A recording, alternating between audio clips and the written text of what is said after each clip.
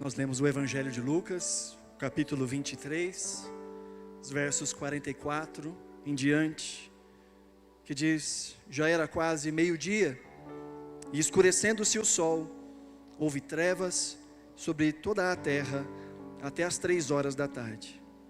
E o véu do santuário se rasgou pelo meio. Então Jesus clamou em alta voz: Pai, nas tuas mãos entrego o meu espírito. E dito isto, expirou. O centurião, vendo o que tinha acontecido, deu glória a Deus, dizendo: verdadeiramente este homem era justo. Do Calvário, 7 palavras foram proferidas, 7 brados foram proferidos. Um brado de perdão: Pai, perdoa porque eles não sabem o que fazem. Um brado de salvação: ainda hoje estarás comigo no paraíso. Um brado de empatia e de amor: filho, eis a tua mãe, mãe, eis o teu filho. Um brado de substituição, quando ele tomou o nosso lugar e disse: Deus meu, por que me desamparaste?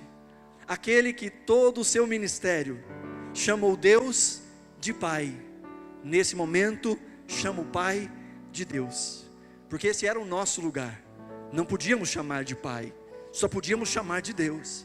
E Cristo na cruz chama o Pai de Deus, para que nós pudéssemos chamar Deus de Pai. Ele tomou o nosso lugar. Um brado de humanidade dizendo: tenho sede. E por fim, um brado de consumação dizendo: está consumado, está pago, acabou. Ao longo das últimas semanas, nesta comunidade de fé, nós pensamos em cada um destes brados.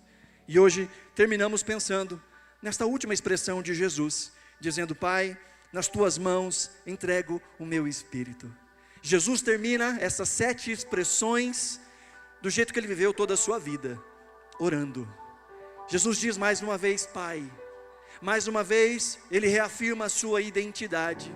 E mais uma vez ele ora ao Pai. Não só ora ao Pai, mas ele ora o Salmo 31, versículo 5, que na cultura judaica é o salmo que as mães oram com os seus filhos, o salmo da noite, o salmo do descanso, o salmo da hora de dormir. Sim, na cruz, o Filho, o Rei, o Cordeiro foi imolado, mas na cruz, o Filho, mais uma vez, descansa nos braços do Pai. E assim como ele descansou, nós também podemos descansar. O texto nos diz no versículo 45 que o véu é rasgado. O véu que dava acesso à arca, lugar da presença de Deus do Antigo Testamento, dizendo que se tornou obsoleto este caminho, de que agora o caminho, o novo e vivo caminho, é por meio do corpo rasgado do Filho de Deus. Agora todos nós, por meio de Jesus, temos livre acesso à presença de Deus, o nosso Pai. Na antiga aliança, somente o sumo sacerdote, uma vez por ano, representando todo o povo. Agora, gente de todo povo, tribo, língua e nação, por meio do sangue do Cordeiro, tem livre acesso à presença do Pai. É o que nos diz Hebreus capítulo 10, verso 19. Portanto, meus irmãos, tendo ousadia para entrar no santuário pelo sangue de Jesus, pelo novo e vivo caminho que ele nos abriu por meio do véu, isso é, pela sua carne, e tendo um grande sacerdote sobre a casa de Deus, aproximemo-nos com um coração sincero e em plena certeza de fé. A resposta da entrega de Jesus não poderia ser outra.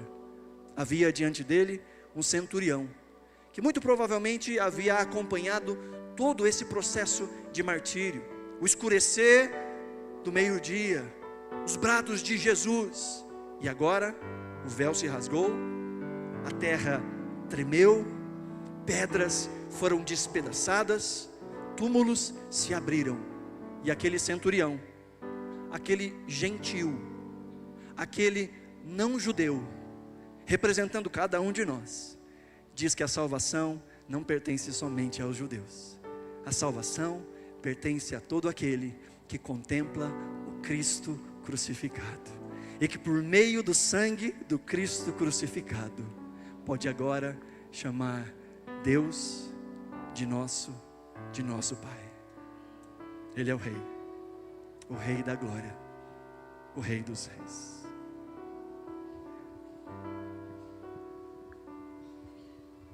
E fez-se silêncio.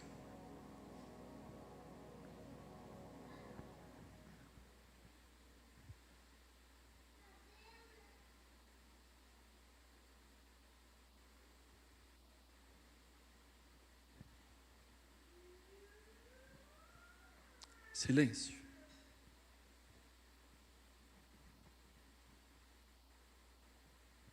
Silêncio incomoda, né?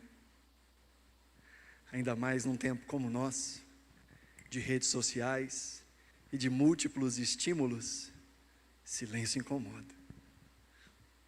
E o que os discípulos têm no sábado? Silêncio. Houve muito movimento na sexta. E nós conhecemos bem a história. Tem muita coisa boa chegando no domingo. Mas sábado é silêncio. Sabe que nas nossas conversas sobre a Páscoa, nós falamos bastante da sexta, falamos bastante do domingo, mas desprezamos o sábado. E é importante lembrar do sábado. É importante pensar no sábado. Porque todos nós temos sábados. O tempo da espera.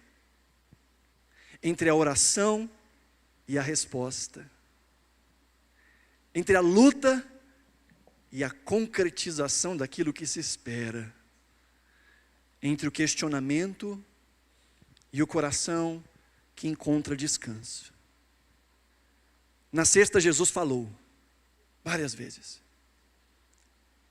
Mas no sábado, ele está tão silencioso quanto a pedra que fecha o seu sepulcro. Na sexta, o Pai se fez ouvir. Ele escureceu os céus. Ele fendeu o véu do templo de alto a baixo. Ele despedaçou rochas. Ele quebrou sepulturas. Mas no sábado o Pai está em silêncio. Mas não pense você que silêncio significa inatividade. Não pense você que silêncio significa apatia. Não pense você que silêncio significa desprezo. É no sábado que nós nos perguntamos: o que eu fiz de errado? É no sábado que nós perguntamos: será que Deus agirá? É no sábado que os discípulos podiam estar perguntando: Deus não fará nada? Por que Ele não fez nada? Por que silêncio? E de novo, todos nós temos os nossos sábados. Todos nós temos o nosso tempo de silêncio. Enquanto todo Israel celebrava o descanso, os discípulos tinham o gosto amargo de um silêncio e de um descanso forçoso. Às vezes, nós precisamos de alguns silêncios e alguns descansos forçosos, porque não aprendemos a descansar no tempo oportuno. Se Jesus tivesse ressuscitado segundos após morrer, será que valorizaríamos o poder de Deus que ressuscita? Será que se Deus respondesse à nossa agonia no segundo seguinte em que a apresentamos, nós valorizaríamos e saborearíamos o poder da sua graça e da sua misericórdia? É sábado, é silêncio. E todos nós temos sábados em nossas vidas. Todos nós temos silêncio em nossas vidas. Mas no silêncio, o Pai continuou operando. Jesus descansava o seu corpo na sepultura, porque Ele mesmo se lembrava do Salmo 16 que dizia: não deixarás a minha alma na morte, nem permitirás que o teu servo veja a corrupção. É isso que Pedro diz em Atos capítulo 2, ao se lembrar deste tempo de silêncio. E porque ele confia, porque Jesus confia, ele descansa. E quando aprendemos a confiar, descansaremos. Quando aprendemos a nos fiar nas promessas, aproveitaremos cada sábado. Mas até lá, correremos segunda, terça, quarta, quinta, sexta, sábado e domingo. Enquanto o nosso coração não encontrar repouso, ele vai continuar buscando formas de se fazer e satisfazer. E às vezes Deus, por sua graça e bondade, nos força alguns sábados. E estes são os momentos em que mais apreciamos, quando a sua graça e a sua bondade, mais uma vez, nos envolve, nos abraça e nos faz lembrar que em todo tempo era Ele e não nós. Como um exercício, eu te convido a, sentado como você está, fechar os seus olhos e em 30 segundos ficar em silêncio. Lucas capítulo 24. No primeiro dia da semana, à alta madrugada, as mulheres foram ao túmulo. O capítulo 24 é o desfecho dessa nossa narrativa da semana da paixão. E no versículo 6, a boa notícia: Ele não está aqui, Ele ressuscitou. No sábado temos silêncio, mas domingo ecoa a salvação, ecoa a vitória, ecoam os brados de louvor, ecoa o nosso coração mais uma vez preenchido da esperança do reino de Deus que se manifesta entre nós. A W. Tozer disse certa vez que a manjedoura está vazia, a cruz está vazia, o túmulo está vazio, mas o trono está ocupado, o trono está cheio. E o que nós vemos nesse texto é que a ressurreição provoca profundas transformações. A vitória da ressurreição e o encontro com a ressurreição provoca e deve provocar em nós profundas transformações. Essas mulheres que estavam angustiadas, chorosas, desesperadas, foram ao sepulcro no domingo porque no sábado não podiam fazer nada, e foram ao sepulcro na expectativa de que o silêncio continuaria. Foram ao sepulcro para envolver de óleos aromáticos o corpo de Cristo. Não houve tempo para prepará-lo adequadamente, como se era de costume, colocando quilos e mais quilos de especiarias aromáticas, envolvendo em tecido, para trazer algum tipo de dignidade ao corpo morto. Mas ao encontrarem o sepulcro aberto e vazio, seus corações não se lembraram das promessas. Ainda há agonia, porque sabe que a agonia bate em nosso coração quando nós nos esquecemos das promessas, quando nós nos esquecemos da palavra. O medo nos assola quando nós nos esquecemos da palavra. A insegurança nos assola quando esquecemos da palavra. A tentação nos pega quando esquecemos da palavra. E essas mulheres estavam desesperadas, embora a ressurreição já tinha acontecido. E não só tinha acontecido, tinha sido anunciada, tinha sido predita. O verso 6 de novo do capítulo 24 diz: Ele não está aqui, mas ressuscitou. E continuam aqueles anjos dizendo: lembrem-se do que ele falou para vocês, estando ainda na Galileia. É necessário que o Filho do Homem seja entregue nas mãos de pecadores, seja crucificado e ressuscite ao terceiro dia. Então, elas se lembraram das palavras de Jesus. Ele já havia anunciado, ele já havia dito.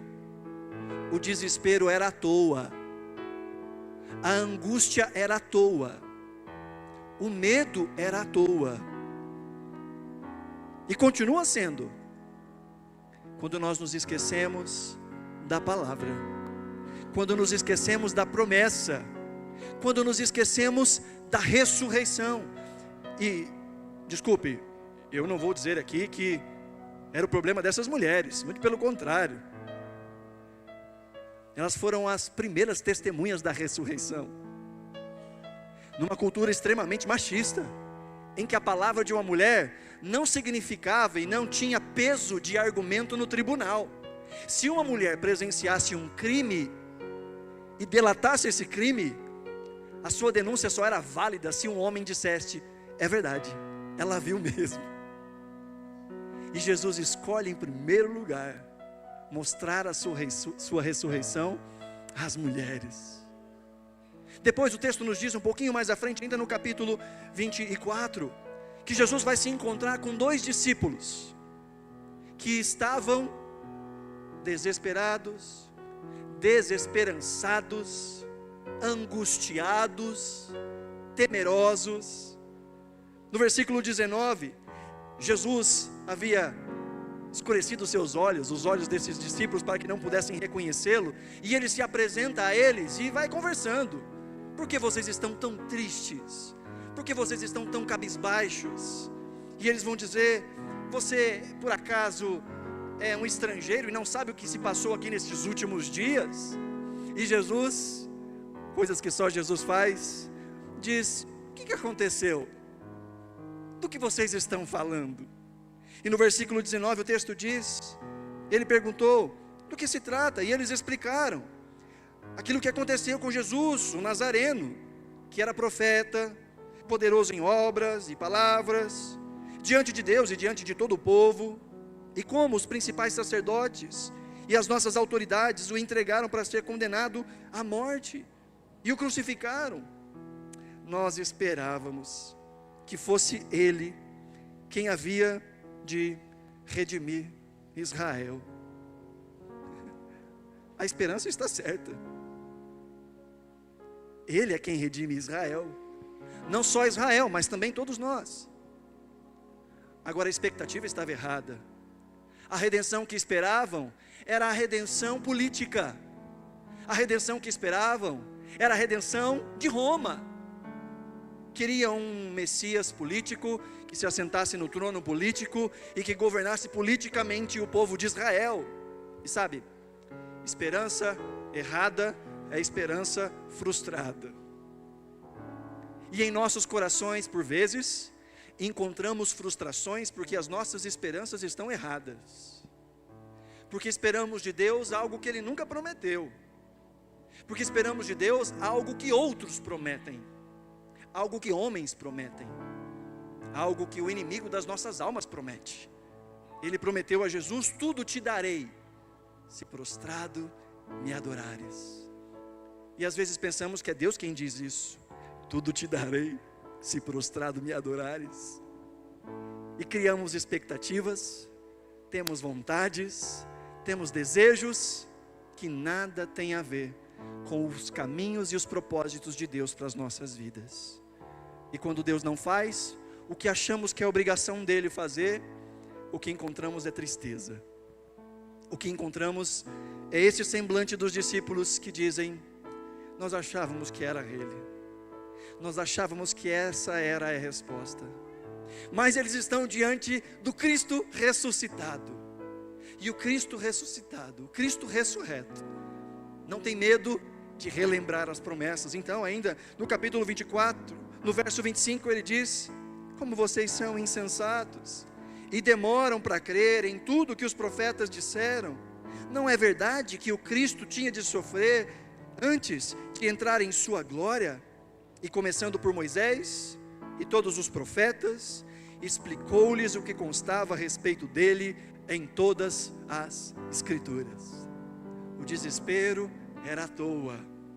A resposta estava nas Escrituras. O desespero das mulheres era à toa. A resposta estava na boca de Jesus, nas Escrituras. Não só isso, mas Jesus então vai aparecer para os demais, para os apóstolos que estavam reunidos, desesperançados, abatidos, com medo, com o coração dilacerado. E Jesus então se coloca diante deles, e o versículo 36 do capítulo 24 diz: falavam eles ainda essas coisas quando Jesus apareceu no meio deles e lhes disse: que a paz esteja com vocês. Eles, porém, ficaram assustados e com medo, pensando que estavam vendo um espírito. Mas ele lhes disse: para que vocês estão assustados? E por que surgem dúvidas no coração de vocês?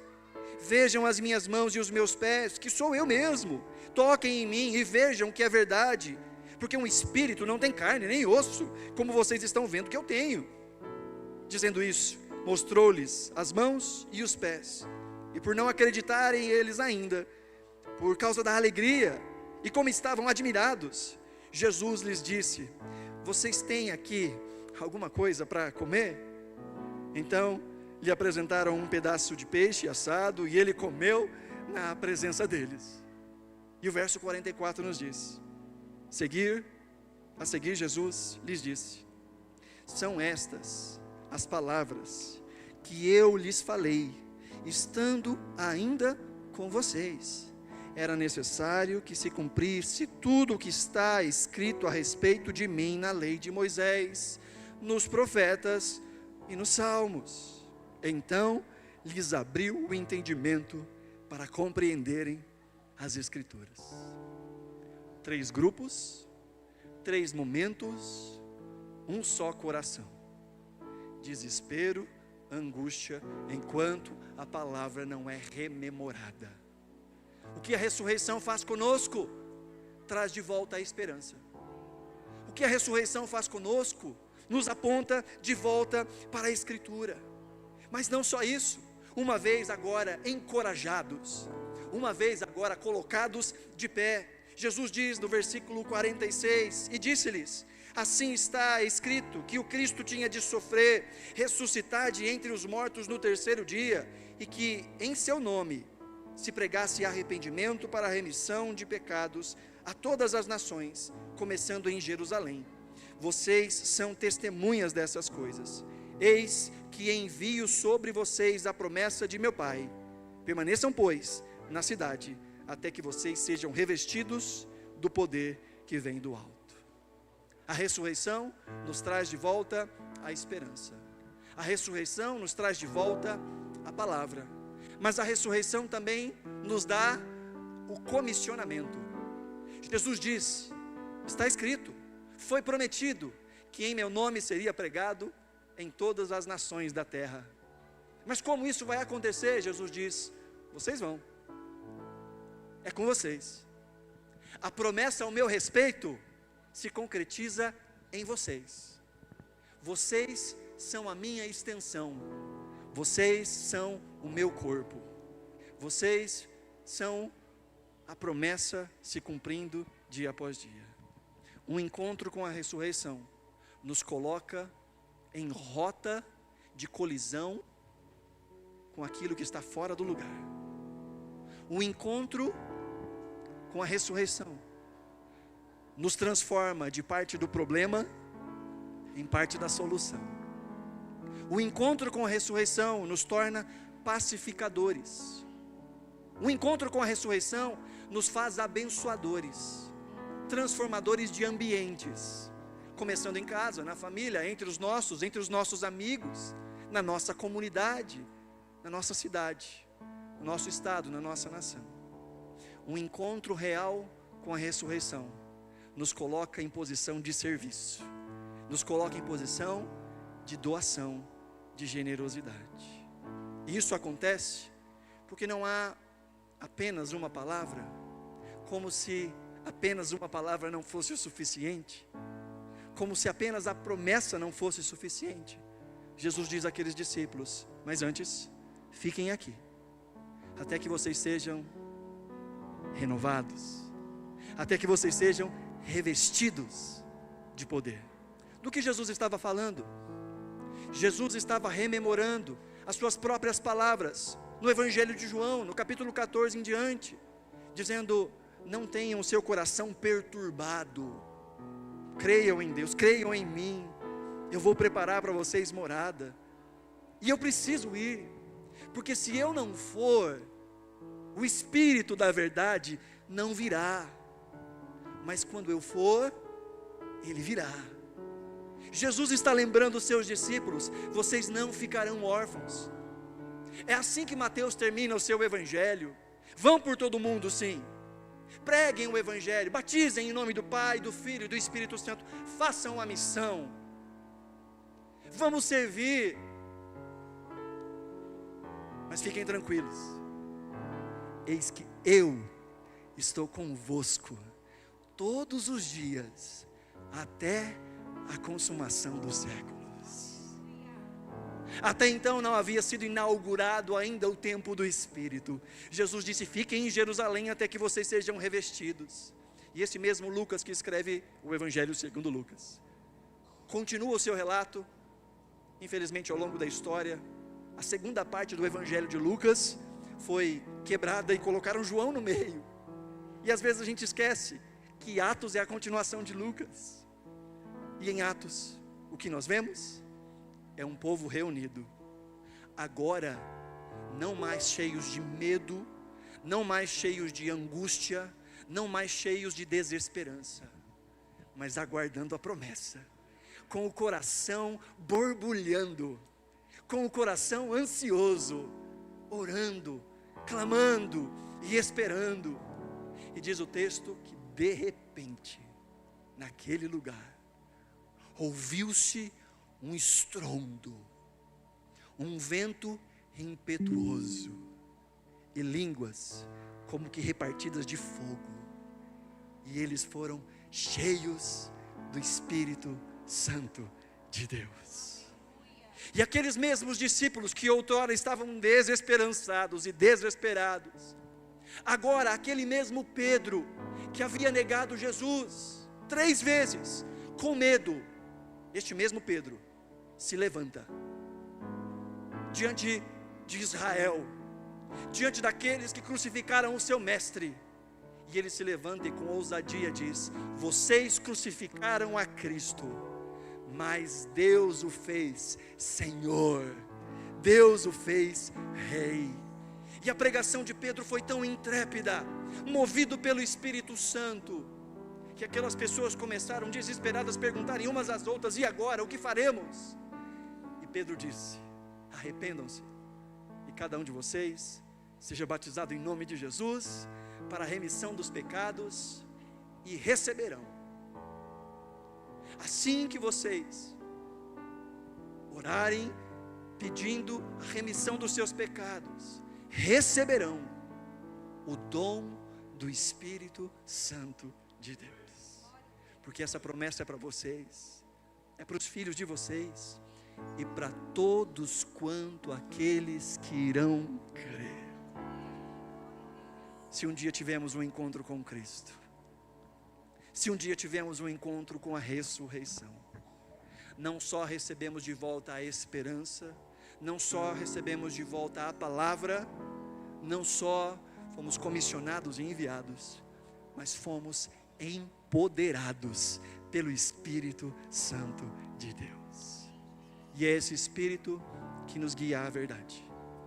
É esse Espírito Santo de Deus que manifesta em nós transformação diária, que nós chamamos de o fruto do Espírito: alegria, paz, bondade, gentileza, paciência, autocontrole. É Ele quem muda o nosso caráter, é Ele quem nos dá dons, talentos, serviços e ministérios, e é Ele quem intercede por nós com gemidos inexprimíveis. Na sexta ouvimos os brados da cruz, No sábado, ecoou o silêncio necessário.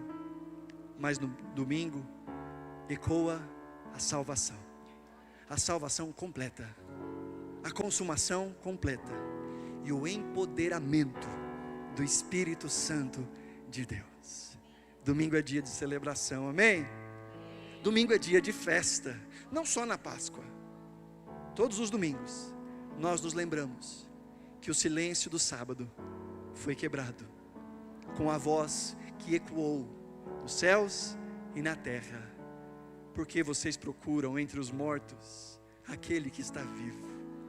Ele vive, Ele ressuscitou. E porque Ele ressuscitou, nós ressuscitamos com Ele. E enquanto aguardamos a ressurreição desse mundo, a transformação completa desse mundo, vivemos com os olhos lá na eternidade, mas com os pés aqui nessa terra. E buscamos trazer nos ambientes onde o Senhor nos coloca, um pouco daquela eternidade para aqui e para agora. Essa é a nossa oração.